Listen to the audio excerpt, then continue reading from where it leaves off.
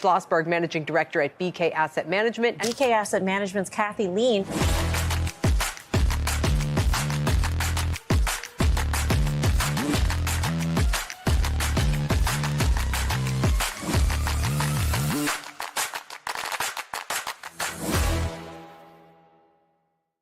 Boris Schlossberg. Hello, everyone. Don't know why this banner is showing up. Let me get rid of it. Okay, and let me center my screen. Good morning, everyone. Hello. I'm doing a sound check here. If you can hear my voice, let me know. I'm just doing some last minute things here.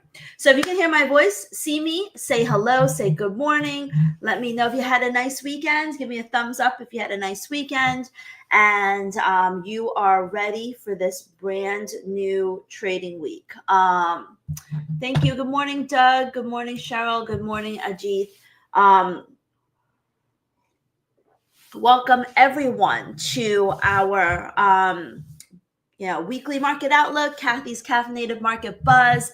We're going to be talking about what to expect in the markets in the coming week. There's obviously a lot to talk about.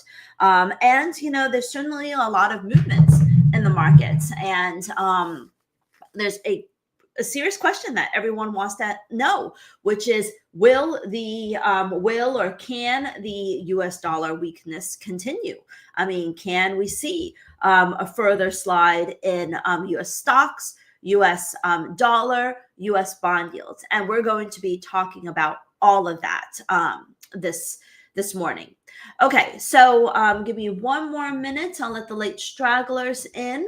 If you have not joined our BK Traders free community, this would be a good chance to drop you this link. We launched our community to our members last week, and I think we are now ready to link to our free community to share it with the rest of you. So make sure, as right before we begin, you hit this link. Let me see if it works. I'm going to paste the link again in here. So you can hit this link and join the free community. I'm going to see if I could, show this right here. Make sure you join our free community. And I'm going to do one other thing, and then we will get underway. I'm just trying to get a file to render while we're talking so that when I'm done talking with all of you, I can work on that. All right, wonderful. Okay, now you have my undivided attention. Okay, so, we are starting this brand new trading week with the markets, futures markets, and, a lot of the different instruments lower. So I'm going to share with you my chart. So we can talk about first the price action in the markets, talk about why this is the case, and then talk about the outlook for the major currencies. So give me 1 second to share my screen. All right. So right now you should see my charts, and I'm going to remove the indicators here. And what you will notice is that, Dow futures are down 500 points. And basically, futures in general are down over 1%. And the NASDAQ is down 1.5%. So we're seeing some steep declines in the market. And this, basically stocks peaked in February, about 3 weeks ago, and they've been on a nosedive since then. Now, we're kicking off this brand new trading week with further weakness in stocks. But it doesn't end there, because we have further weakness in stocks. U.S. 10-year Treasury yields are lower as well. And the dollar, if you look in my right-hand corner, is down across the board. It's down against the euro. It's down a lot against the Japanese yen. It's down against the Swiss franc. The greenback is basically lower across the board. So this leads us to ask, what is driving the movements in the markets? Why are stocks lower? Why are yields lower? Why is the US dollar lower? Well, it all has to do with growth concerns. It all has to do with the market's worry that maybe the U.S. could fall into recession. This is something that I believe I saw a headline, and I haven't taken the time to find it, but I believe I saw a headline with Trump saying that there could be a recession. Of course, it would be. He certainly would believe that it is a short, brief, limited recession. But it sounds like, the word recession is back front and center. And everyone's, talking about it. And, the Atlanta Fed, that was all about last week, was talking about how there could be a much more significant contraction and growth. So, what is driving this renewed concern? Number one, we have these tariffs that have been imposed on China, now at 20% last week. The Canada part, 50%, they say, of the Canada-Mexico tariffs have been delayed till April. But just over the weekend, Trump basically threatened lumber tariffs on Canada. So he's not letting go of the neck of the Canadians at all. And everyone is worried that this could constrain U.S. growth. And then you add to that we had the weaker non-farm payrolls report on Friday, where job growth wasn't terrible. It did slow, but most importantly, we had weaker wage growth. We had, and let me just look at the numbers real quick.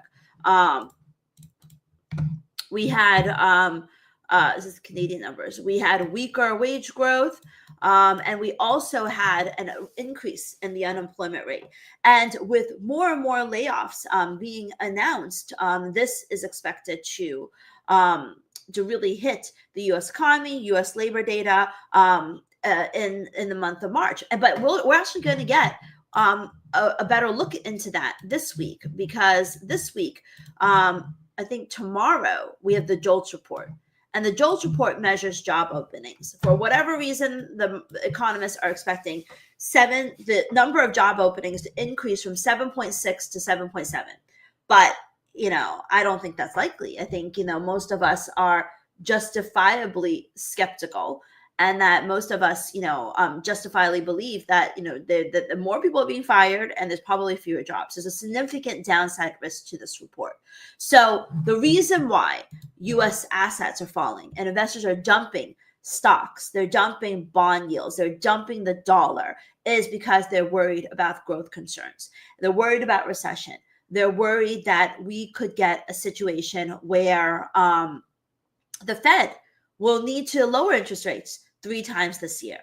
And I say this because, and it's important to be aware of this, because when the Federal Reserve last released their economic projections, they actually only forecasted 2 interest rate cuts this year. So the market actually now thinks that the Federal Reserve is going to be more aggressive with their rate cuts. Now, this month, March 18 to 19, which is next week. Next week, we have the next Federal Reserve meeting. But what makes next week's Federal Reserve meeting so important is that we get the latest economic projections from the Fed. And we get the latest dot plot. So next week, we'll have a lot more to talk about, but we get the latest dot plot.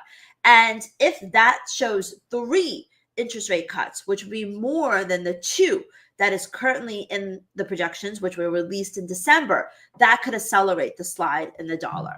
But now the dollar is getting quite oversold.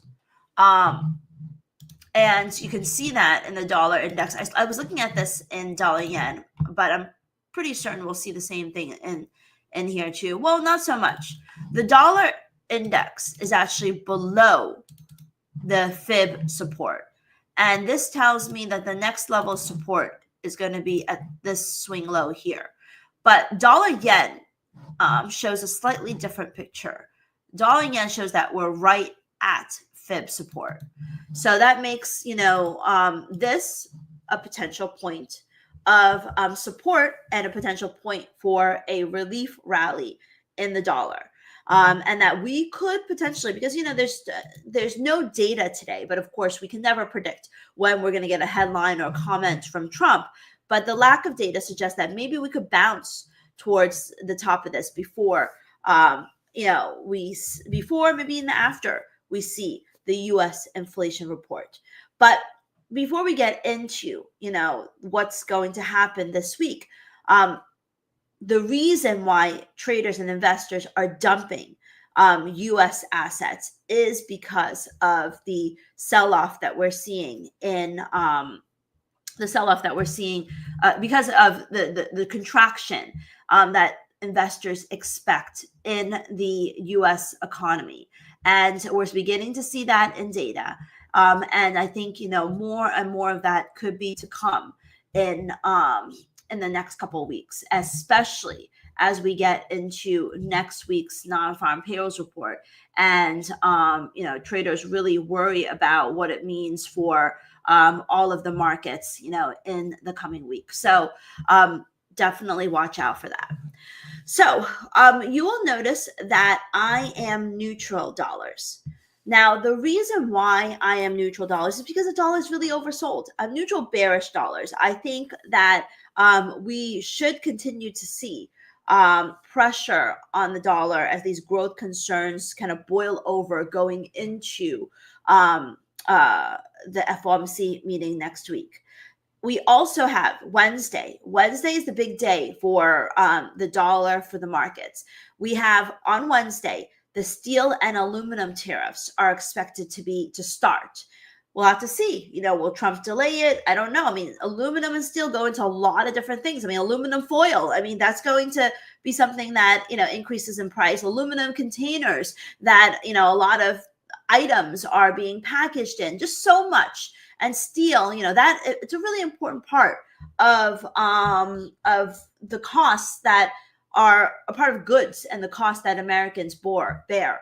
And so, that is something that is definitely worrisome. And the U.S., relies more on imports of aluminum than they do on steel. I mean, basically, the U.S. produces about 75% of steel domestically, but they only produce about 50% of aluminum domestically. So, it could be possible that, aluminum affects the bottom line consumer more than steel, because a lot of things are packaged in aluminum. So that could, raise costs, hurt growth, really lead to more risk for the U.S. economy. So investors on Wednesday will be looking for, whether or not those tariffs actually get imposed, and then also what it means for the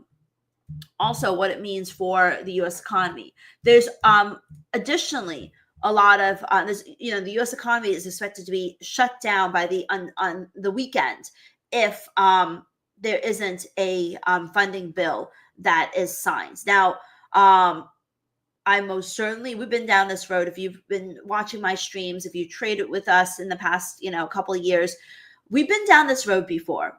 I mean, almost always there's an 11th hour deal. Although Trump did lead to one of the longest government shutdowns ever. So he's not scared of government shutdowns. And so he's not afraid to threaten the other party to achieve the goals that he wants. So we could see a government shutdown. He's definitely one that's not going to buckle under the pressure or the threat of a government shutdown. But, Congress, the House and the Senate are both, under his, basically they're both Republican and they're both under his rule in essence. And so there's a very, very good chance that a stopgap funding measure is going to be signed and crisis averted. And maybe there could be a little bit of a relief in the stock market. But that is also something that is a possibility. So you've got, the possibility of a government shutdown. You've got more job cuts. You've got, if they're talking about cutting, Medicare funding, you've got President Trump saying that he would not, that he would basically seize a period of transition and refuse to rule out a recession. This was an interview he did with Fox News on Sunday. So if he is already prepared for the possibility of a recession, the investors and the economy should be as well. All of this is dollar bearish and bearish for stock market. And Boris and I have both been talking about how we will see a correction in stocks. And I think that we are just beginning to see the correction in stocks. And so that is something, I think is very, very significant, and could lead to two things. One is a further sell-off in U.S. assets. Two, safe haven, or not really safe haven, but risk off flows leading to the Japanese yen rallying. We definitely have some risk aversion in the market. Stock futures are down, but we are not seeing that the risk off flow drive euro lower, the Australian dollar lower, or the New Zealand dollar lower. However, it is driving the Japanese yen. It is driving the Japanese yen higher across the board, and that is definitely something that I think is basically supporting the yen. Now the yen has risen quite a bit against the dollar. This is a chart of dollar yen. So the falling dollar represents a rallying yen. So you've seen a significant rally in the Japanese yen since the beginning of the year. We see that in dollar yen. We see that in euro. We see it in many, many currencies. And we could continue to see it. We see more risk aversion. It is becoming apparent to us that this is dollar negative and then yen bullish. I'm neutral because I do think the dollar is oversold. And I do think that it's not clear what the inflation report this week will come out at. The biggest report this week is Wednesday's inflation report, the US CPI report. Now, US inflation data is expected to slow. CPI growth is expected to slow from 0.4 to 0.3%. However, we all know the prices are going up. Egg prices, I was just in Whole Foods on Friday, and the egg section was pretty much empty. And there was maybe like 3 cartons of eggs in the whole, 3 or 4 column, 3 or 4 fridge section in Whole Foods. So eggs are still at a premium these days. And Target's announced price increases. There's a lot of different things that are being announced, and that is something I think is very, very important, and something that everyone's kind of watching closely. So with all that said, there could still be maybe CPI could come to the downside, but even if it doesn't drive to the downside, we could definitely be in a situation where the market doesn't, if it comes in line, that the market actually may be positive rather than negative, the dollar as a result. So I am neutral, bearish dollars. And I'm bullish yen. The other one I want to talk about is the Canadian dollar before we get to the other currencies. I'm bearish Canadian dollars. At BK members, you can go in the heat map. You can click on all these and get more detail on why I have a certain view. And you can get that in the BK traders community. So I am bearish CAD. Last week, we had a horrendous jobs report. Only 1,000 jobs were created in the month of February, and there was full-time job losses. So all the jobs created were part-time. And if you look at the Canadian dollar, you can see that it is one of the few currencies that is lower against the dollar, underperforming the greenback. Now, Canada's brand new Prime Minister, Mark Carney. Mark Carney is the new central bank. The new Prime Minister. He was the former Bank of Canada governor. He was the former Bank of England's governor. So he's certainly very, very skilled.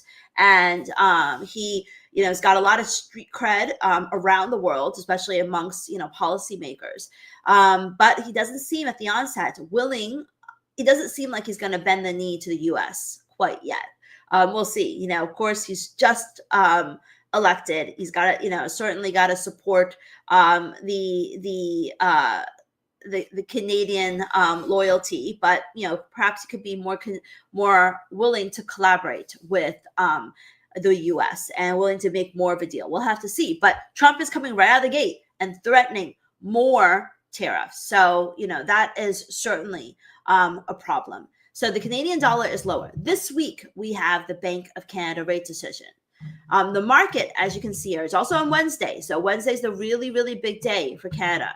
The market is expecting another 25 basis point rate cut. So Canada's actually cut interest rates pretty much at every single meeting since June of last year. So they've been cutting interest rates, quite consistently, and they are expected to deliver another interest rate cut. They are nearing the end of their rate cut cycle. Okay, you're right. They weren't elected. He wasn't elected. I mean, they were nominated. Carney was nominated as the new prime minister. Trudeau is ousted. So they're at the end of their easing cycle because they've eased a lot. The question is it going to end with this move? And of course, it's far too early for them to tell. And I don't think that's the case. But if it was not for the tariffs, Canada isn't doing so poorly. As you know, before every rate decision, I put together this table that shows you how an economy changed from one meeting to next. So next week when we have FOMC, we're going to be looking at the same table for the Federal Reserve to basically put ourselves into the shoes of the Fed. And, we did this for ECB, and I talked about how, the Eurozone really wasn't doing so poorly. And, guess what happened? Euro did not sell off. Euro actually rallied off of the off after the ECB rate decision. Now, of course, part of that was due to the big bazooka stimulus package, but also the ECB said that policy is less restrictive now. So things like this do matter. And things like this do impact, being able to put ourselves into the shoes of the central bank is important. And, that is something that, I think every one of us should be kind of paying attention to.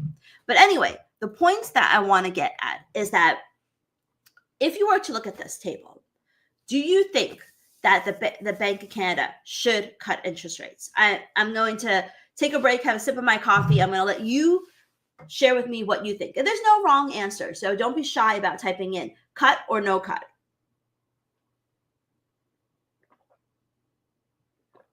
I made this calendar, Joseph, and I'm gonna post it on our community. But I made this calendar, and I make this calendar every single month ahead of the big rate decisions, because I like to think, it's all about trying to think like the central bank, trying to put ourselves into the shoes of the central bank. And it's really not hard. I mean, what they do is they look at the data. They look at how the economy is changed from the last time they met, and then what is the sort of uncertainty that is swirling around. So Primus says cut, Jackass says cut, Denise says cut, Anwar says 50%, which is a very good guess, but most of you are saying that the Canadians should cut interest rates. Let's talk about maybe why. Let's talk about maybe why not. From the consumer's perspective, consumer spending did drop. Retail sales dropped in the month of January, which is clearly bearish for the economy. Now, core retail sales rose a lot, but that's December, right? And the January data is much more recent. The labor market is doing very poorly. I mean, the labor market, you can see here, full-time net change in employment is bearish. Full-time employment is also bearish. We had 20,000 job losses in the month of February. The unemployment rate increased. So all of this is suggesting to us that not only is the economy, is the labor market weak, but that could filter to the top. That could filter to retail sales. Because if you think about it, if job growth is stagnating or there's job losses, retail sales, which dropped in January, probably dropped in February as well. Although there could be a lot of buying before the tariffs take in effect. So that could also be something that affects the spending in the month of February. So yes, from the consumer perspective, from the labor market perspective, which is very, very important, obviously, they should cut. But, inflation is up. Core CPI is up. And it's up on a monthly basis. It's up on a yearly basis. It dropped below 2%. It's back above 2% on a core basis. Housing market still just appears to be holding up firm. GDP appears to be higher in January. Quarterly GDP in Q4 was higher. IVPMI, which is actually one of the most quote unquote recent indicators of the economy, is up as well. The trade balance is up. Manufacturing sales is up. So all of this, the activity, which is very, very important, are all up. So, all of this, the activity suggests that they don't need to cut interest rates. And the stock market was up. It was up very little. Actually, it was down. That should all be bearish. Bond yields are down. Crude oil is down. So the last time the Bank of Canada met, they did cut interest rates, but they also suggested that they were pretty much done. But, a lot has changed since January. Trump has gotten much more serious about the tariffs and, continues to drive down the noses of the Canadians. We see actual weakness in Canadian data. And so, 25 basis point cut is possible and is very likely because that's already what's priced into the market. But the question is, will they do more? And I think personally, because if it was not for the tariffs, I think they'd be done. I think they pause like the Fed and they, basically wait to see if things get worse later on and wait to see all of these numbers, all of these letters turn red before cutting interest rates again. But that, of course, not the world they live in. The world they live in now is that, they haven't quite seen the weakness in Canada's economy, but there's a lot of very serious risks coming. So, I think they're going to cut interest rates. If they held rates unchanged, I would not be surprised, because what would be the motivation behind that, right? They could hold interest rates unchanged and then cut it at the next meeting. Basically save their bazookas for the next meeting. Now, they don't necessarily want that because the tariffs are coming. If they did not cut interest rates, the Canadian dollar would soar, right? And by raising the Canadian dollar, they will make it even more expensive for Americans to buy Canadian goods on top of the tariffs. So when China in the past, they haven't done it yet, but in the Trump's first term, when China had increased tariffs, they devalued, meaning that they pushed down the value of the Chinese yuan in order to make the goods cheaper to Americans. And then Americans forgot about the tariffs, which are still in place, and they continue to buy Chinese goods. So perhaps, maybe the Canadians are doing the same thing. By cutting interest rates, they would keep the Canadian dollar weak and maybe offset some of this higher cost of tariffs. Now, Trump has said any country that devalues their currency or uses the currency and manipulates the currency is going to see even more tariffs. As I've said time and again, I cannot predict what he says or what he does. But there's a lot of motivation for the Canadians to keep the Canadian dollar weak. And by cutting interest rates further, they are able to do so. And interest rates, there is still room to cut, right? I mean, we're at 3%. That would be 2.75%. So there is perhaps more room to cut interest rates. If I was looking at the data alone, I would say the central bank would either leave interest rates unchanged or cut interest rates and say that they're going to go into wait and see mode. But because we live in this uncertain time, it is very unclear. I mean, if I was them, I would keep everything open while leaning to the downside, meaning cut interest rates and say more could be to come if the economy worsens as a result of all the uncertainty in the world. And if that's the case, we could see dollar CAD back above above 145 certainly, and maybe closer to these levels over here. So my point is that I'm bearish. Long story short, I'm bearish the Canadian dollar, and I still think it could fall. And the Bank of Canada rate decision is the most important piece of Canadian data. It's the only piece of Canadian data this week. So we talked about the dollar, we talked about yen, we talked about Canadian dollar. Euro, you'll notice I'm bullish euros and I'm bullish sterling. Sterling is easy to talk about, so we can just kind of get that out of the way. There's no major UK data this week until Friday when we get the UK GDP numbers. Sterling, there's two things going on. Number one, they seem to be able to manage a positive relationship with the US. Trump is very pro-Brexit, and he has not threatened any tariffs on the UK. So that has helped sterling rise to a 4-month high. But, sterling is also quite, where's my fibs? Overbought. We are above, some significant fib levels. And, I think there could be more room to the upside. The only downside going for sterling is that they did not announce a huge fiscal stimulus package like the Euro area or like Germany. So they don't have that huge positive growth boost that could come. And that could be one of the reasons why we're seeing these potential reversal candles in euro pound. This is euro pound. We're seeing potential reversal candles in euro pound because euro area is well, actually no, euro area is coming with a stimulus package, but the UK didn't. So it'll be interesting to see whether this continues upward or the market doesn't care about it and it drives euro pound lower. But UK GDP numbers are the only data expected at the end of the week and not expected to have a huge impact. Euro, on the other hand, we are bullish euros. Now, we're bullish euros because we had a tremendous amount of I guess positivity is the right word. We had a big sentiment change in the euro area. Germany announced this huge stimulus package, which over the next 10 years is expected to add 10% to GDP. Now, think about this. It is estimated that, these tariffs are expected to shave, I don't even remember the right number, but it's about 1% off of Canadian growth over the next couple of years. So, but whatever this package that Germany announced is expected to contribute 10%, which is a really, really big number. And that's why the story and the outlook for Germany has changed so much. But, we'll have to see. Another mutant asked, can euro go to 130? I mean, this stimulus package right now is distracting from the potential tariffs on the European Union. Trump has already threatened tariffs on the European Union. So this is not going away anytime soon. I guarantee you that the threats to European Union tariffs are going to come back.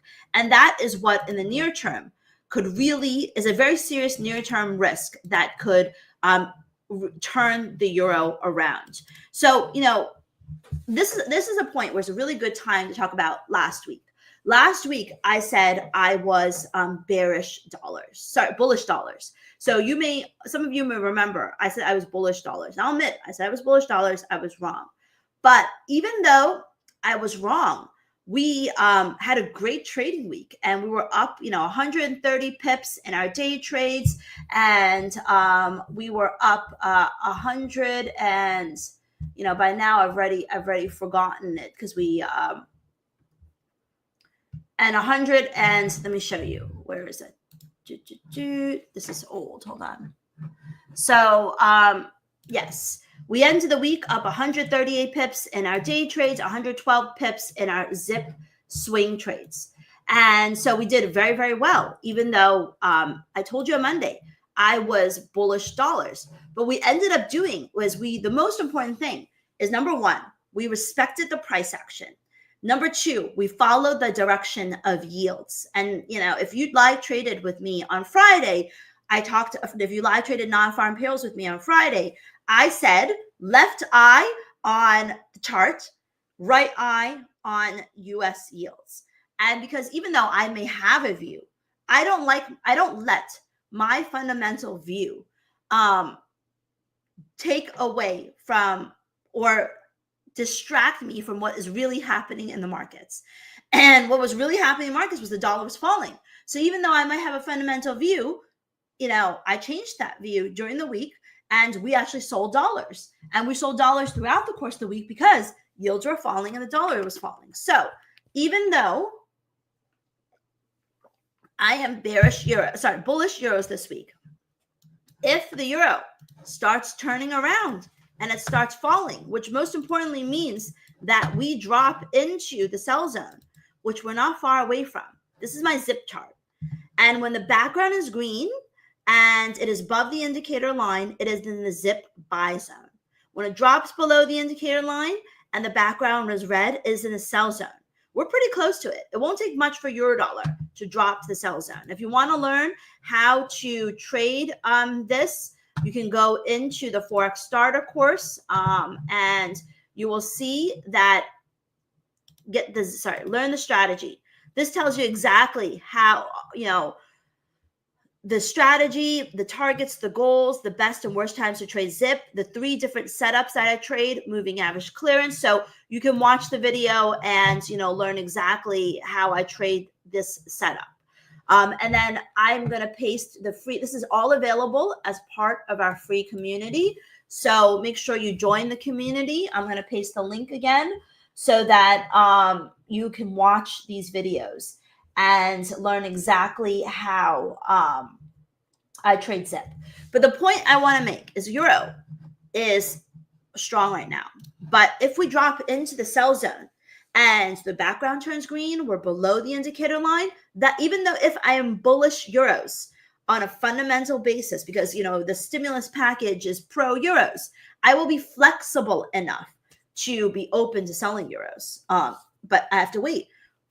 And what I have to wait for is I have to wait for my technicals to be consistent with the market sentiment. And then maybe and then by that time, maybe the story has changed. But at that time, maybe Trump has threatened EU tariffs again. And that would change the fundamental story, making the fundamental sentiment and technicals all in sync.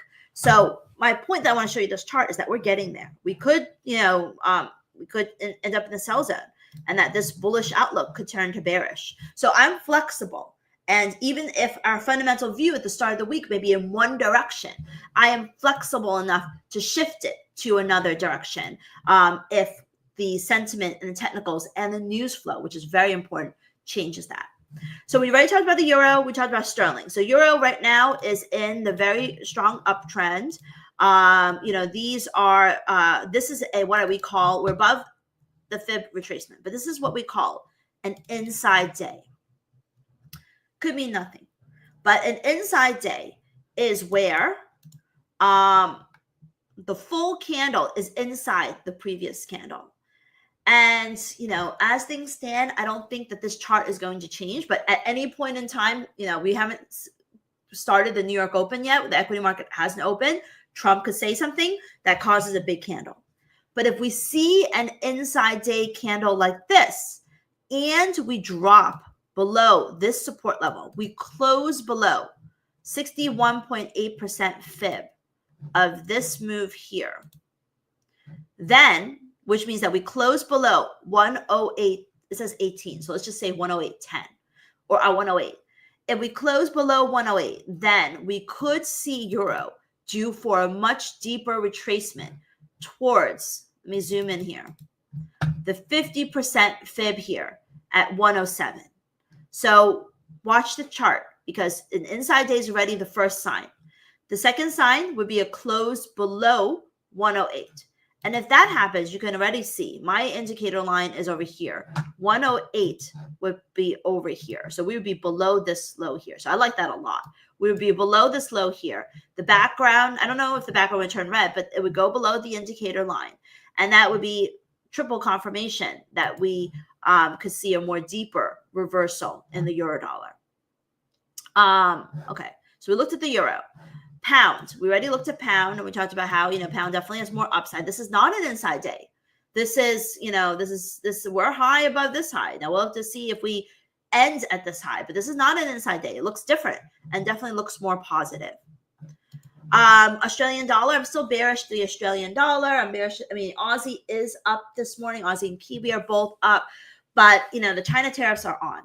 The China tariffs are on. There's certainly a lot of downside risk it poses for the Australian and New Zealand economy. I'm worried about it. I think that there could be a lot of downside risk here. I think that, we could definitely see, some downside risk in the, we could definitely see some downside risk in the Australian and New Zealand dollars. And if you actually look at the Aussie and Kiwi, you will see, let's go to Aussie. We also have an inside day in Aussie. I'm going to bring back my moving averages because I love my moving averages. We also have an inside day in Aussie. Now, it doesn't look as much of a potential reversal as euro, but, we're still below the 100 SMA. We're below the 200 SMA. So I I'm bearish Aussies. I think that there's a lot more risk to the downside, and I think it could end up underperforming. Kiwi, I think that it's going to find resistance at the 100 SMA. There's no major Australian and New Zealand dollar this week. There is a little bit of New Zealand data on Thursday night, Friday morning, which is the PMI numbers from New Zealand, and they could be a little stronger. But I think this is purely going to trade on the market's U.S. dollar flows and also risk appetite flows. So I'm bearish the Canadian dollar. I talked about that. We're above all of the major moving averages, and we just got there. We just got above all of the major moving averages. So I do believe that we could see further upside in dollar CAD, and we already talked about that in the beginning. And then we talked about the New Zealand dollar. The Swiss franc, I think, is going to trade purely on U.S. dollar flows, and the yen is benefiting from risk off flows. So we look at the Swiss franc, it is strong because it's catching a safe haven bid. We're below all of the major moving averages. There is support right here at 87.30.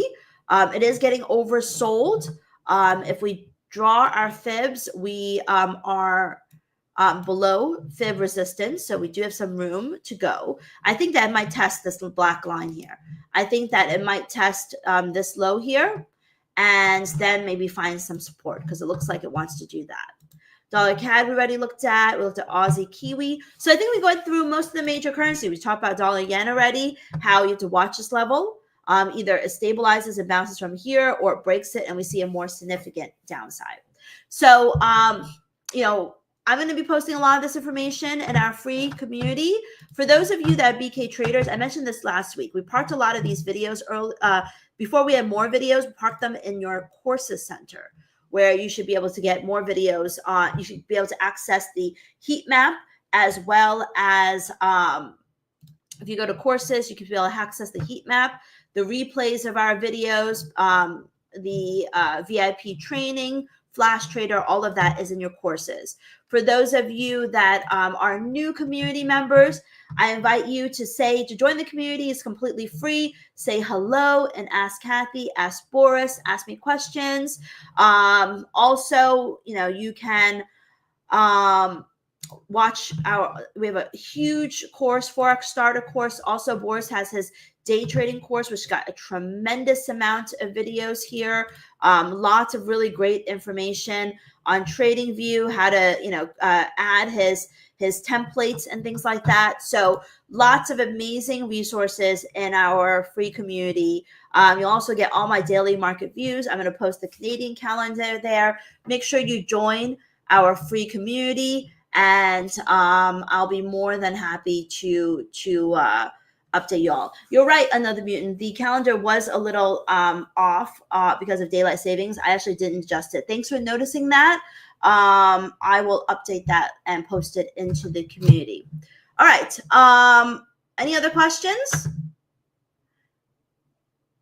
So your job is to join the free community, say hello in community chat. Let me know you're here, or in Ask Kathy. Ask any questions you want, and I will, keep you guys all updated on what's happening in the markets. Any questions in the meantime? Boris is not with us today because he's got jury duty, but he'll hopefully be back with you guys tomorrow if jury duty is not extended. Any other questions? Otherwise, thank you so much, everyone.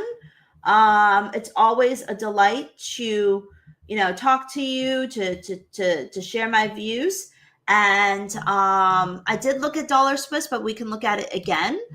I talked about how dollar Swiss will probably hit the support level here and stabilize around that level. All right. Thank you so much, everyone. I hope you found today's session valuable. Wednesday's the big day, US CPI, tariffs, Bank of Canada. Let's, we're definitely going to be talking about all of that. Gold looks like it's rolling over, which is kind of interesting because the dollar is weakening. And perhaps this may be a sign that investors think that the dollar itself may have gotten overextended and maybe nearing a bottom. All right. Otherwise, have a great day, everyone. And I'll see you in the community.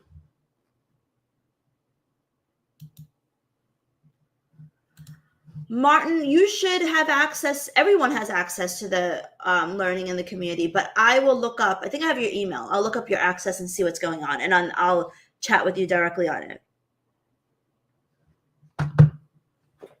All right. Have a great day, everyone.